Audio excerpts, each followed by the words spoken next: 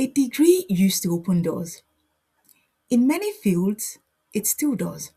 But something fundamental is shifting in how employers, founders, and hiring managers assess the people they want to work with. If you're a professional in finance, operations, HR, project management, or any other non technical business function, this shift affects you directly. I'm going to break down exactly what is changing, why AI is accelerating it faster than most people realize, and what it means practically for your career into 2026 and beyond. Stay with me because the end of this video has a specific answer, not vague advice about upskilling, but a concrete role, a concrete salary range, and a concrete career path. Let me start with what is actually changing.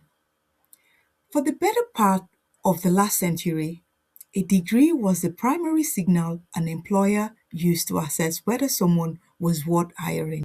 It told them you could learn, that you could complete something difficult, that you had a baseline of knowledge in a particular area. And for a long time, that signal was reliable enough to be dominant in hiring. But here is what has happened. The cost of producing proof of capability collapsed. 20 years ago, if you wanted to demonstrate that you could do financial analysis, you needed a qualification that said you had learned financial analysis.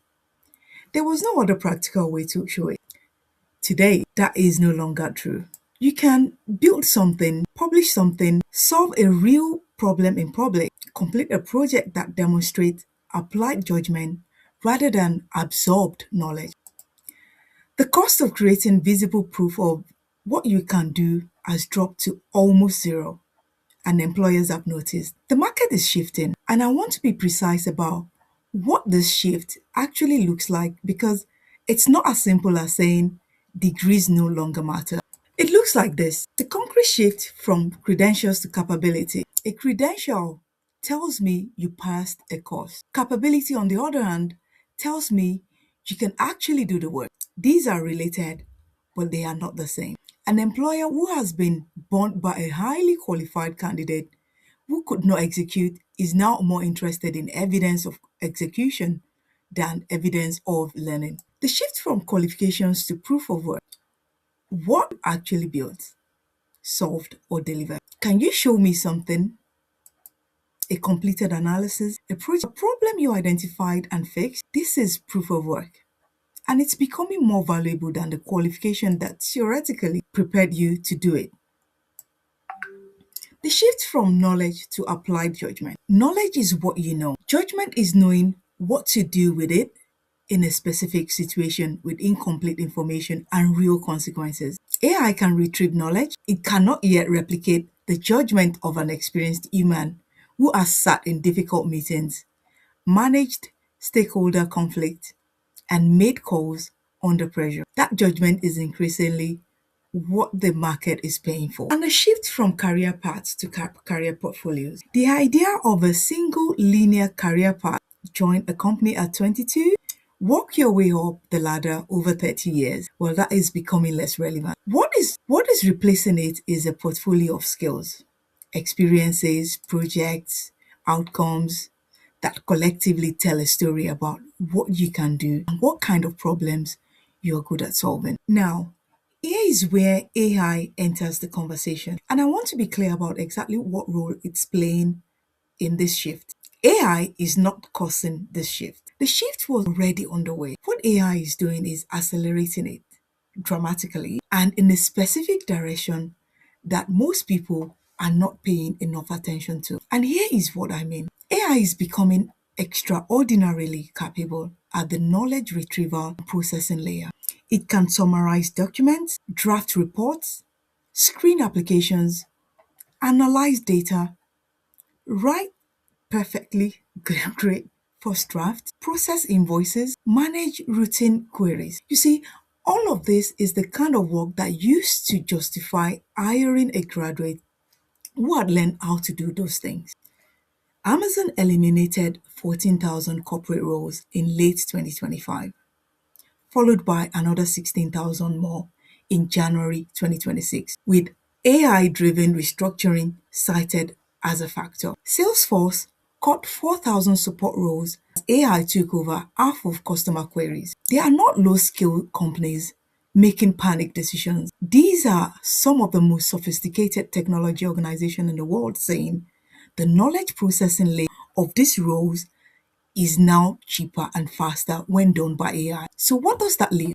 It leaves the judgment layer, the communication layer, the relationship layer, the contextual decision making layer, the ability to walk into a room, understand what is actually going on beneath the surface, and lead a group of people towards a better outcome. That layer is not going anywhere. But here is the critical point, and this is what most career advice completely misses. In a world where AI can retrieve and process most knowledge on demand, the value of simply knowing things has decreased.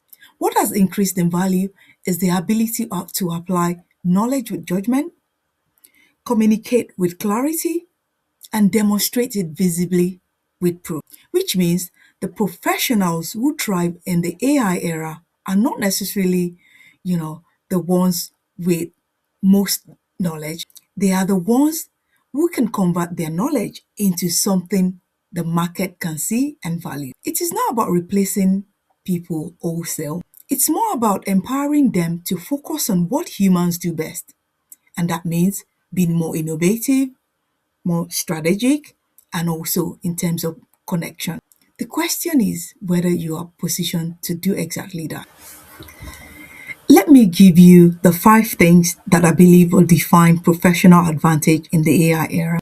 These are not abstract principles. These are the specific qualities I see driving hiring decisions in FinOps and cloud finance space right now.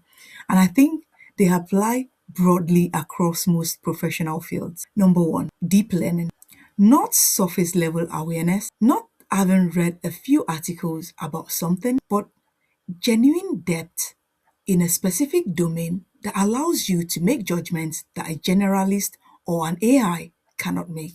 The professionals who are most at risk are the ones who know a little about a lot. The ones who are most secure are the ones who know a great deal about something specific that matters. Number two, practical execution. The ability to do the work, not just know about it. I see this constantly in FinOps hiring. Two candidates with similar backgrounds. One has studied FinOps. One has studied FinOps and completed a real cost analysis on a real cloud environment and can walk you through exactly what they found and what they recommended. Those are not equivalent candidates. The one with the execution proof get the interview. Number three, clear communication.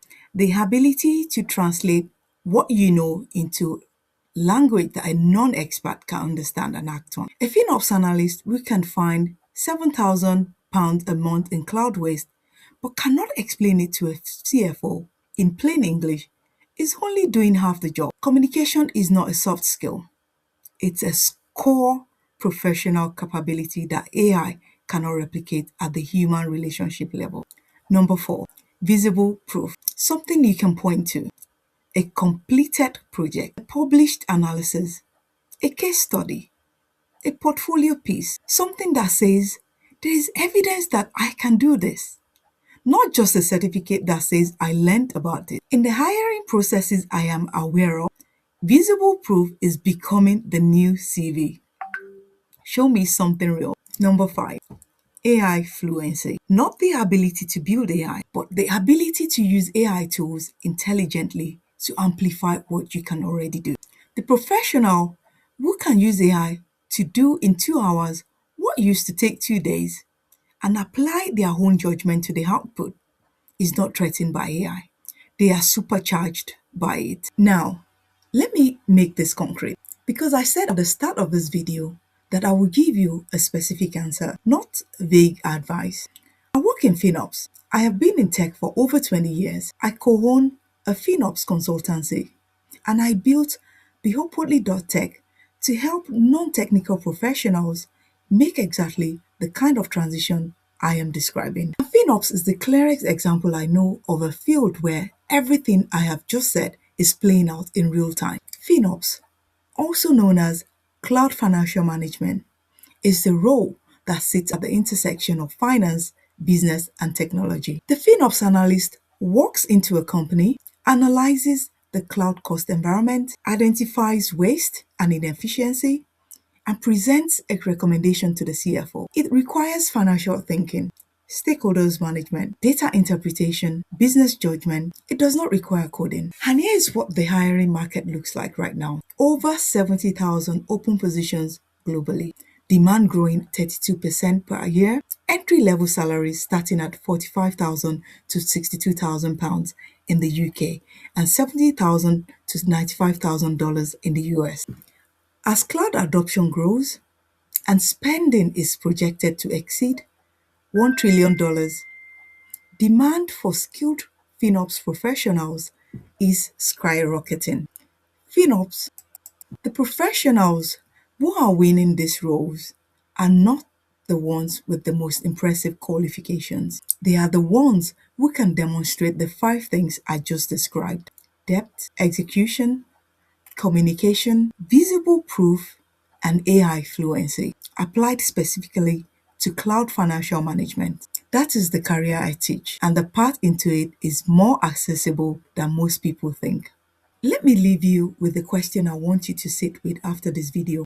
Not what did you study, not what qualification do you have, but what have you built, solved, improved, or led with what you already know? Because this is the question the market is increasingly asking, and the professionals who have the clear, evidenced answer to that question in the form of real work they can point to are the ones who are going to thrive in the next 5 years.